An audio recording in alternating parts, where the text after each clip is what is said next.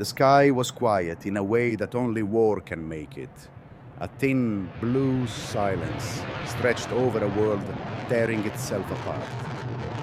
Inside a cramped cockpit, a pilot sat alone with the sound of his own breathing, knowing that one pull of the throttle would push him beyond the limits of human flight. In that moment, speed was not an achievement. It was a wager with death. A machine built for 7 minutes of power. Fuel that could melt through flesh. A glide back to Earth if anything went wrong. Yet man climbed into these fragile shapes of metal and fire because the war demanded answers no one had found before. Answers measured not in victories, but in seconds. Across the front lines, other pilots faced their own impossible choices. Some needed speed to survive a single attack run. Others needed endurance to cross an entire continent and bring their crews home. Different machines, different philosophies, different kinds of courage. And somewhere between the roar of rocket engines and the steady hum of long-range escorts lies the question that defined an era of aerial combat. When every life depends on a machine, what does it truly mean for a fighter to be the king of speed? The war in the skies had reached a breaking point long before anyone realized it. By 1943, the balance of power over Europe was shifting in ways that terrified both strategists and pilots. The Allies were pushing deeper into German airspace with heavy bombers, while German fighter units were stretched thin, unable to intercept every formation that crossed their borders. Each new raid demanded a response faster, higher, and more desperate than the last. For Germany, the search for a miracle weapon did not begin with metal or fuel, but with a man who had spent his life studying gliders. Alexander Lippisch believed the future of aviation lay not in bigger engines or heavier weapons, but in reducing drag until nothing unnecessary remained. His tailless designs looked alien on the ground, almost delicate, but in the air they promised something extraordinary, the ability to move through the sky with minimal resistance. When war came, Germany needed that kind of thinking. The first prototypes of his radical aircraft were little more than experimental gliders. They carried no weapons, no armor, and barely enough structure to survive their test flights. Yet, even in these early forms, pilots reported sensations unlike anything they had known. The aircraft wanted to leap upward. Its controls were hypersensitive. Every movement felt as if the machine were straining toward a future no one could fully understand. These tests laid the groundwork for what would become the Messerschmitt Me Wussense 63, the world's first operational rocket-powered fighter. But innovation carried a price.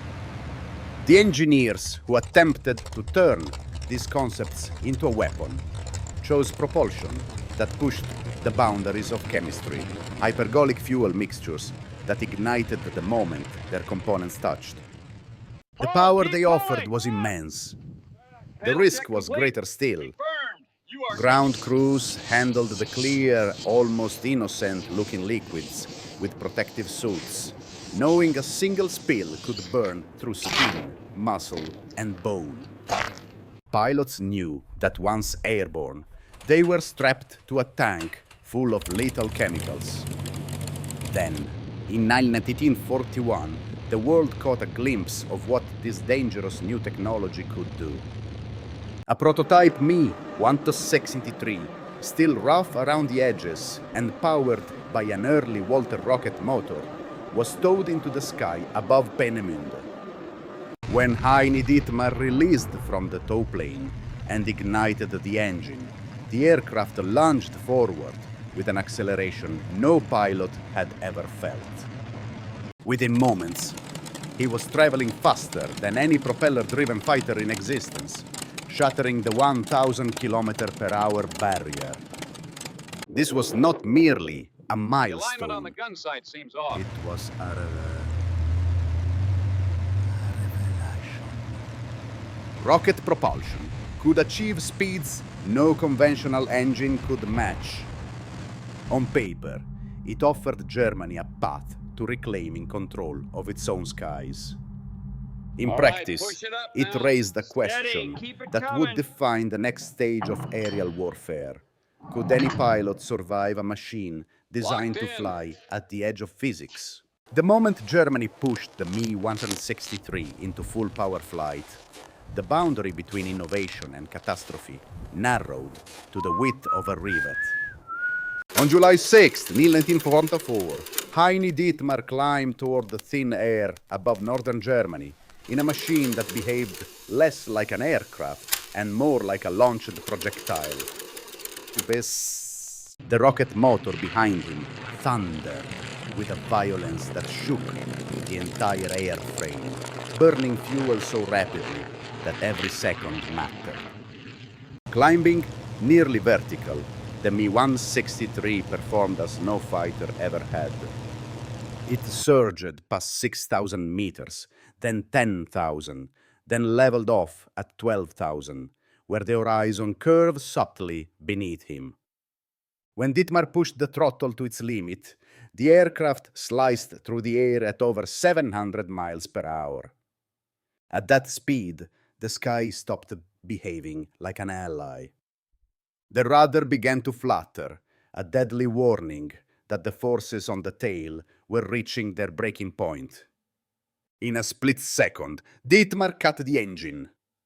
Silence replaced rocket thunder.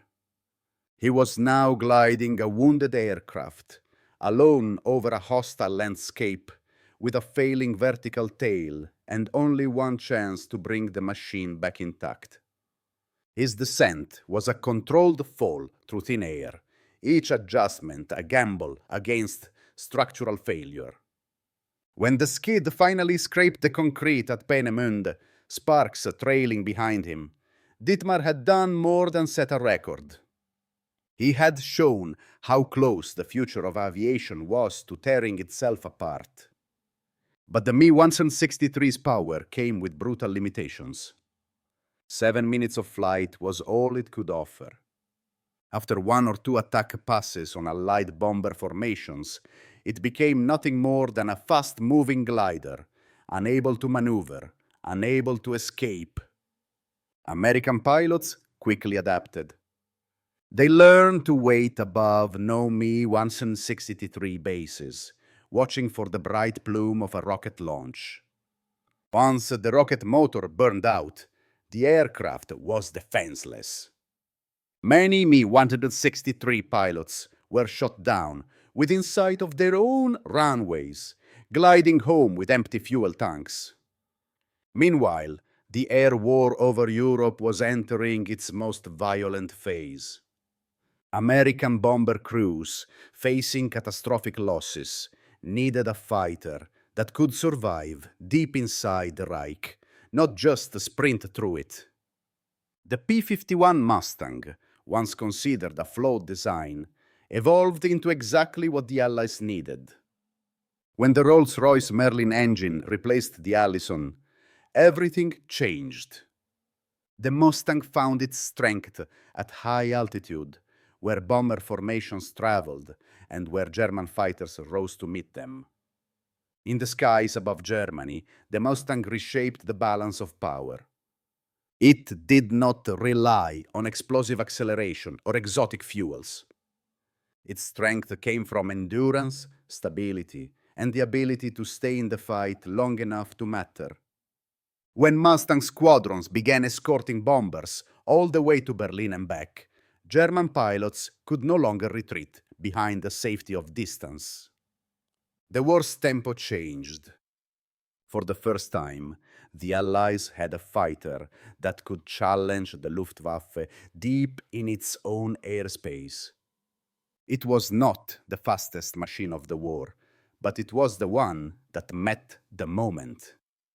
The turning point of the air war did not arrive with a single battle, but with a series of revelations written in smoke across the German sky.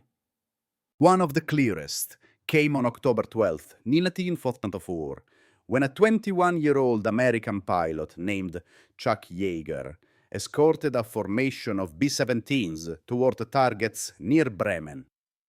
Flying his P-51 Mustang, he watched as more than 20 Messerschmitt Bf-109s maneuvered below him, German fighters preparing to tear into the bombers once the escorts turned away. But they never got the chance. Yeager's squadron rolled into a diving attack, catching the German formation unaware. What followed was a whirlwind of speed, skill, and survival instincts. Yeager became an ace in less than 15 minutes, downing 5 fighters in a single engagement.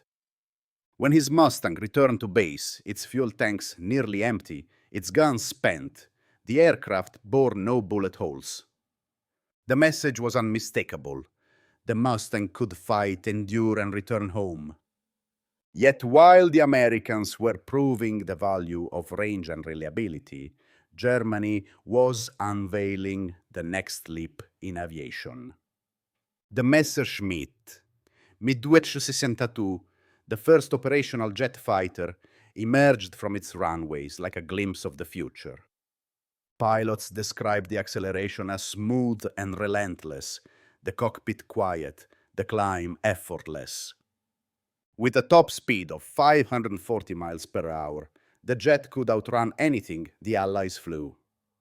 Its 4 30mm cannons could tear apart a bomber with a single burst. On paper, the Mi-262 should have restored the Luftwaffe's dominance. In practice, time was against it. The Jumo 004 engines were fragile creations, built from low-quality alloys Germany resorted to late in the war. Many lasted only 10 to 20 hours before failing. Maintenance crews swapped engines constantly. Fuel shortages grew so severe that entire units of Mi-262s sat idle on their airfields, unable to launch even a single sortie. And when the jets did take off, they faced new dangers. American pilots learned to wait above their bases, diving onto the jets during takeoff or landing, when their engines were slow to spool up. German aviators called the approach path the Valley of Death. The Mi-163's fate was worse still. Its hypergolic fuels made it as deadly to its own pilots as to its enemies. Training accidents mounted. One pilot, Joseph Peirce, died when a ruptured fuel line dissolved his body before rescue crews could reach him, a reminder that the cost of innovation was often paid in the most horrific ways. By early 1945, both revolutionary aircraft, the rocket fighter and the jet fighter, were crippled by shortages, rush development, and strategic collapse. Germany had built machines that pushed the limits of physics, but not machines that could survive a war of attrition. Their speed was unmatched. Their impact was limited. When the Mi-163 glided to a silent halt and the Mi-262 sputtered on failing engines, the promise of revolutionary speed gave way to a harsher truth. No aircraft can change a war if it cannot stay in the sky. The transformation of the air war did not happen in a single mission or through a single aircraft design. It emerged from a shift in how the United States understood the relationship between technology, strategy, and survival. In the dark days of 1943, with bomber losses rising to levels no force could sustain, American commanders recognized that courage alone could not carry crews across Germany and back. They needed a fighter that could escort them every mile of the journey. The Mustang provided that answer, and with it came a new kind of pressure on the Luftwaffe. Once P-51 squadrons began flying deep penetration escort missions, the strategic landscape changed. German fighters could no longer strike and withdraw behind the safety of distance. Every attack carried the risk of facing seasoned American pilots over their own airfields and towns. The bomber loss rate fell from catastrophic to manageable within months. For crews who had once stepped into their aircraft expecting not to return, the difference was measured in lives saved rather than sorties flown. Across the world, other nations watched this shift with equal interest. Germany's Me-Too Canto 62 demonstrated that jet propulsion was no longer a theoretical concept, but the blueprint for the future. Its failures could not obscure its importance. When the war ended, Allied engineers combed through captured research, studying wing sweep angles, engine configurations, and aerodynamic data. Within a few years, the United States and the Soviet Union fielded jet fighters whose lineage traced directly back to German wartime experimentation. The F-86 Sabre and MiG-15, aircraft that would duel over Korea, owed part of their heritage to the Me-262's brief, turbulent career. Yet it was the Mustang that left the more human legacy. Its impact was not found in laboratory data or wind tunnel curves, but in testimony from the men who flew it. Pilots described it as honest, predictable, and forgiving when everything around them was chaos. It proved that in modern warfare, superiority was won not by extremes, but by balance. A machine that flew far enough, fought hard enough, and returned home often enough to matter. The world learned two parallel lessons from these competing designs. Speed could open doors to the future, but only reliability could shape the outcome of a war. And in the skies above Europe, where thousands of lives hinged on the performance of a single escort fighter, the Mustang became both a shield and a turning point. Its legacy endures not because it was perfect, but because it did what war demands. It gave time, space, and survival back to the people who needed them most. History often remembers the fastest machine, the one that shattered a barrier, or set a record that seemed impossible at the time. But in war, the truth is rarely that simple. The Me-163 held the crown of absolute speed, slicing through the air at more than 700 miles per hour, a rocket-powered glimpse of what flight might become decades later. The Me-262 carried the torch of innovation, proving that jets would define the next era of air combat. Yet neither could change the course of the war that birthed them. Their brilliance burned too hot, too fast, held back by fragile engines, dangerous fuels, and a crumbling nation that no longer had the time or resources to let their potential unfold. The P-51 Mustang, slower on the stopwatch but unshakable in purpose, did what the others could not. It flew deep into enemy territory, held its own in a turning fight, and brought its pilots home again and again. It was never the most glamorous machine, but it understood something essential. A fighter is only as valuable as the missions it completes and the lives it saves. In the hands of men like Chuck Yeager, pilots who had faced death more than once, the Mustang became more than a machine. It became a promise. Decades later, when surviving pilots of World War II were asked which aircraft they would fly again if they had to return to combat, they did not choose the fastest or the most advanced. They chose the one that gave them a future. That answer, quiet and unadorned, is perhaps the clearest measure of what truly matters in war. Speed can break records. Innovation can shape decades. But reliability, the ability to endure, adapt, and survive, is what shapes history.